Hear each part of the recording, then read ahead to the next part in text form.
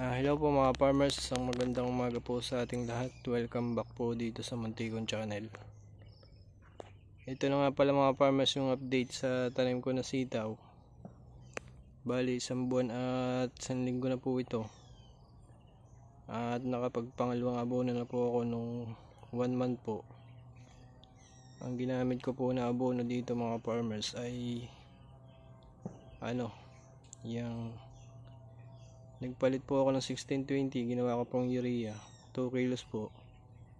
Tapos 1 kilo na Unique 16 o Triple 16, 600 drum. Tapos yun po ang aking inabono, drenching ulit. Hindi ko na lang po na videohan yung aking ginawa. Bali ang lagay ko mga farmers ay isang lata pa rin na sardinas. Today, naggagawa po ako mga farmers ng nagbubutas po ako at maglalagay po ako ng kawayan sa gilid. Kung makita nyo mga farmers, ito hindi pa ito nakataas dahil saka yan, gilid na yan, hindi pa rin yung nakataas. Pag ganun, pakita ko sa inyo mga farmers. Ito yung natin, nabutasan ng ating post hole digger. Ganda ng butas niya, uniform, tapos malalim. Mahirap lang siya pagka malagkit yung lupa. Bali yung sitaw nga pala natin mga farmers ay inatake nitong leaf miner. Grabe yung atake nito. Nung maliit pa lang yung sitaw natin, mga 2 weeks pa lamang yun. 2 weeks o 3 weeks. Lalo doon sa bandang dulo doon talaga matindi ang atake. Dito ay medyo maganda-ganda rito sa part na to. So balik tayo mga farmers. Ito nga, naglalagay ako ng kawayan paikot. Ayan, bali ang ginawa ko mga farmers, kada dalawang poste na kalbang o yung buho, yung mga tinyo dalawa, isa dalawa, tapos kawayan, isa dalawa, kawayan. Ganyan ang ginawa ko para matibay po itong ating balag. Para kahit po humangin, hindi po ito mabubuwal. Bali magubat pa po itong sitaw natin. Okay lang po yun. Duty na kasi ulit ako bukas. So ang gagawin ko, next week ko na lang pagbalik, grass cutter ko muna. Nihingal ako mga farmers. Grass cutter ko muna. Tapos ko, pag tumubo na ng konti, saka ko i-sprayhan. Muna natin yung grass cutter kasi sobrang lago na ng damo.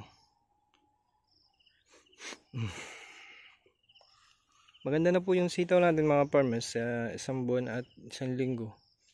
May nagpapakita ng mga bulaklak. Ayan. Ang ginamit ko nga pala mga farmers dun sa matakan leaf miner ay yung Cartap hydrochloride. Bali 100 grams po for 200 ang lagay ko, 200 liters. Pero pwede nyo sundin yung nakalagay doon sa label. At sasabi ko po na effective yung Cartap sa leaf miner dahil pansin nyo mga farmers, wala na yung leaf miner, natuyo na siya. Tapos pag hindi po kinaya ng Cartap, meron po pong ultimatum, yung pong Triguard. Magaling din po yan sa leaf miner. Ayan ang mga farmers yung ating sitaw. Ayan. Hindi po masyadong maganda sa part na yun dahil nga nahuli yung itaas. Tapos ay naatake pa po ng leaf miner. Medyo na nga pala, medyo parang balita ko yung medyo nababa ng presyo ng sitaw. Pero ayos lamang po yun dahil mababawi naman natin puhunan. Dahil kung makikita nyo mga farmers, puro luma na yung kalbang nito, hindi na ako bumili. At isa nga pala sa dahilan kung bakit hindi ko agad ito na lagyan ng trellis, dahil sablay yung kausap ko. Hindi siya nagdala, sabi niya, usapan namin dadala siya ng kalbang, order ako ng 400, hindi naman nagdala. Kaya ayun, nahuli. Itong mga kalbong na ito kinuha ko pa doon sa luma kong sitawan. Kaya po ganun, nahuli tayo ng pagtitrailis. Pero okay lang, abot pa yan. Yun nga pala mga iba na hindi masyadong maganda. Dito tayo babawi. Sa mga suloy, makita nyo, may uhod na agad.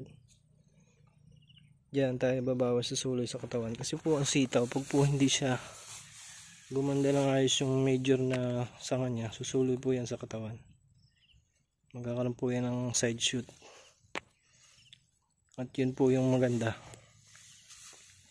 Abangan nyo na mga farmers paano ko ito lilinisan. Grass cutter muna itong gagamitin natin. Ayan po.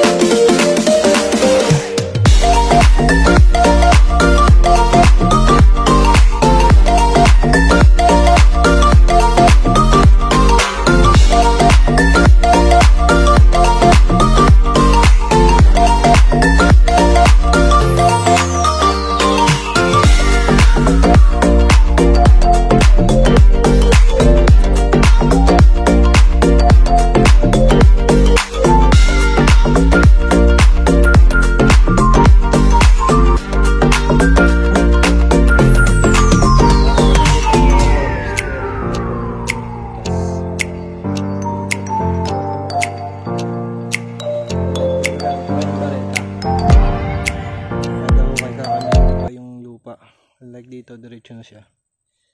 Tapos kahit po matigas, kaya po niya. Kahit yung pong mga pila, kaya po. Kaya maganda po itong post hole digger. Kung kayo po ay may farm, ay talagang kailangan may ganito po kayo. Para mapabilis yung trabaho. Meron pa pong isa. Yung pong di makina, earth auger naman po yun. Mas maganda yun, mas mabilis, kaso mas mahal po yun. Almost 15k yata yun. Ito namang ating taniman, maliit lang naman. Kaya ano lang muna.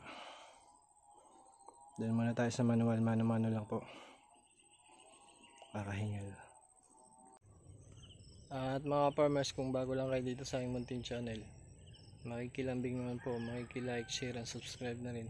Para po lagi po kayong updated sa mga video na i-upload tungkol po dito sa aking pagtatanim po ng gulay.